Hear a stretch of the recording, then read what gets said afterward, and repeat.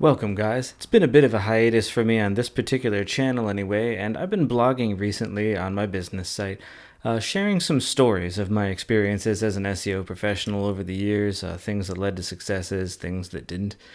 And it got me thinking, and I thought I would make a video today talking about a pivot moment for me where I had been doing things kind of the same way for a lot of years, and it had been just successful enough that there wasn't enough pain to force me to change up my strategy. But there was a big circumstance that happened with one of my clients that did actually force me to be a bit more creative over the course of a month or two, and the wins that I got there actually were something that informed all of my strategy going forward. And so prior to this story happening, I had been doing more of a broad approach with most of my clients, just looking at all of their service pages and then getting a list of like the main keywords we would probably want to target for all of those services, and then just like divvying up my efforts every month to try to rank for all of those things. I had never really gotten like specific and chunked it out or made like complex strategies where we're going to start with these things that inform these things and on and on and on. I can't name names of the client, obviously, but I was working with a construction company that did both commercial and home renovations, remodels, those types of things. The bulk of their business had been commercial, and they'd been around for a few decades. And I'd worked with this client for a couple of years at this point. And so the SEO was going fairly well up until that point, even with my older strategies. But it became known at one point that his vice president of the company was embezzling money, and not just a little bit, like vast sums of it. And he had taken his eye off the ball and didn't notice that until there was a huge calamity. And so while he was embroiled in a legal battle with them and trying to recover the funds, one of our meetings, he basically said to me, I'm short like six figures what my company is supposed to have. You know, this check that I give you today is probably the last check that I'm going to be able to give you. And so if you can't make something incredible happen this month, this is probably the last time, that we meet and that we can work together. He had been a long-term client of mine. I really wanted to find a way to make that work. And so I got thinking about it at our meeting, and I asked him, I was like, okay, so we've mostly just been targeting a certain set of services, but you've told me before that the big commercial jobs, especially when you're working for the city, can be long. They take a lot of months to finish. When you're working with a government body, it can take 6 to 8 months minimum to even get paid, even after the job is done. What is something that's fast money that I could sell for you? What is something that if you got a phone call for it today and they decided to move forward as quickly as possible, you could do something and turn that into money in the bank? And he thought about it, and he said, probably bathroom remodels. They tend to be pretty straightforward, and we can turn them around quick. And for home remodels, you get paid quickly as well. And so I said, okay, since this is potentially our last 30 days of working together, this is kind of going to be a Hail Mary. I'm going to ignore everything else that we've been doing and throw everything we've got into trying to rank for bathroom remodels. And it was not a target we'd ever had before in SEO, so we only had like moderate, clout built up for that kind of thing. And I pulled it off.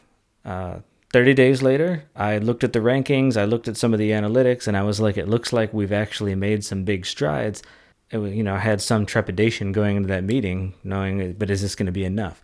When I was talking to him, he was all smiles, and he said, I'm pleased to report that we've gotten a few phone calls this month for bathroom remodels, and a couple of those moved forward, and it's generated enough fast cash to keep the company alive. That he had made no qualms about it, that the company that had been successful for several decades was kind of circling the drain because of all this embezzlement and the stuff that was going on.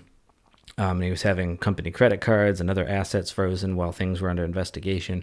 And so this quick money that he was able to make and deliver good quality work for those bathroom remodels allowed him to keep working with me. And in that meeting, he was like, okay, we're moving forward. Stick with this plan. Keep building that out. I think it was another month or so that we kept optimizing for bathroom remodels until he was starting to get like a good amount of phone calls for that. And then I asked him, I said, well, what is another like second place, quick money related kind of thing? If we're moved into the home remodeling space now instead of commercial, are there like other kind of remodels? And he ended up saying, yeah, talking about room conversions or kitchen remodels are pretty straightforward, and those compared to the commercial jobs are also pretty quick in a lot of cases to turn around. So I started optimizing for that next. That went well. Over the course of like 6 to 8 months of really just building on that momentum, he actually told me that he really needed to start going back to optimizing for commercial jobs because he was getting so many leads for home remodels of all different kinds that he didn't have the crew and couldn't hire people fast enough to deal with it.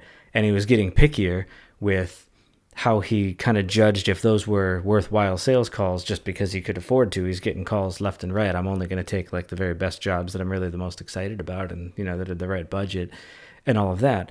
But it was just sort of a proud moment for me as an SEO guy that I was like, this is a client I know and like, and we were able to like rescue the account and keep working together.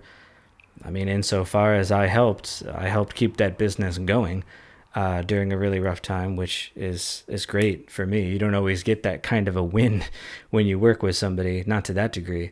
And I always remember to this day him telling me in that meeting, this might be the last check I can give you. And that was now 3-4 years ago.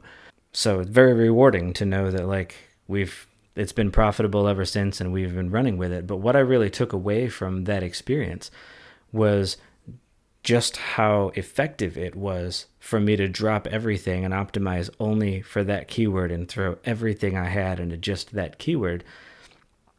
And as I sort of digested that over the next couple of months as I was working, it occurred to me, this strategy was born kind of desperation with this client, but this should probably be what I'm doing going forward for everybody because you can tell a client, yeah, SEO is a long-term game. You need to give it X months, blah, blah, blah. But anytime you can show a client something, and if not 30, then 60 days, it's easier to ask someone, give me a couple of months than it is to give me 6. If you can get some kind of wins, it's way easier for that client to feel good about the campaign and know that it's working. And then they trust you to say, okay, now here's more money. Keep doing what you're doing. And if you're now going to set longer term goals, 6 to 12 months, I believe in you to do those goals because of the success that, that we're having with this part. And it sort of transformed the way as I took on new accounts from there. I started my strategy with them. I got kind of next level. Some SEO people that might watch this might be thinking, sure, that's what I do too. But like I said, for me, up until that point in my career, I hadn't been that sophisticated in my strategy, if you will. And that was really a level up for me in that regard of starting to look at every campaign as like, let's separate out the different types of things it's clear we're probably going to want to rank for into like perceived difficulties and time spans, and then say, what are the first and second month things? And I'm going to try to optimize all the existing content that's on the site as best I can for what each of those pages are about. But with the exclusion of laying the groundwork in months 1 and 2, I'm going to focus very much on few goals at a time and not move on from those until we're clearly winning, until, that plan has gone well.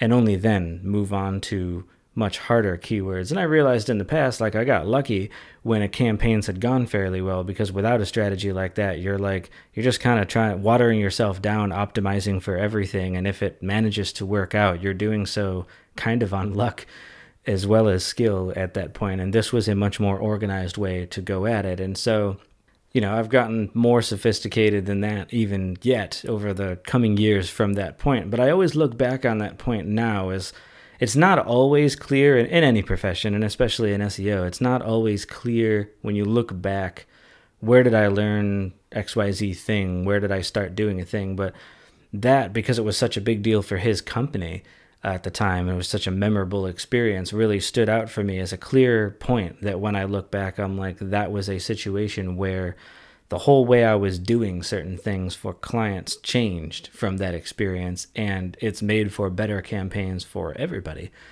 going forward. And if I was ever going to be pressured by circumstance to come up with an idea like that, I'm grateful that I could for that client and that it worked as well as it did. So hope you guys found this useful or entertaining storytelling. If this is something you guys would be interested in, I've got plenty of stories I can tell from just different campaigns I've run over the years, both in, my pat myself on the shoulder moments like this one of like, yeah, I figured a thing out and it really helped. But I'm happy to share stories, as I recently did on my blog, about reflections of accounts where they didn't totally go to plan. And in retrospect, what I can see I was missing from it and what I've learned from that, and all the same vein, how that has informed my strategy going forward that leads to the wins that I have with clients based on that. I can share those stories too. So leave your questions down below or share your own tales and stories of similar types of scenarios that you've had with your website. I'd love to have some conversations about it. Otherwise, guys, I appreciate you watching, and I'll catch you in the next one.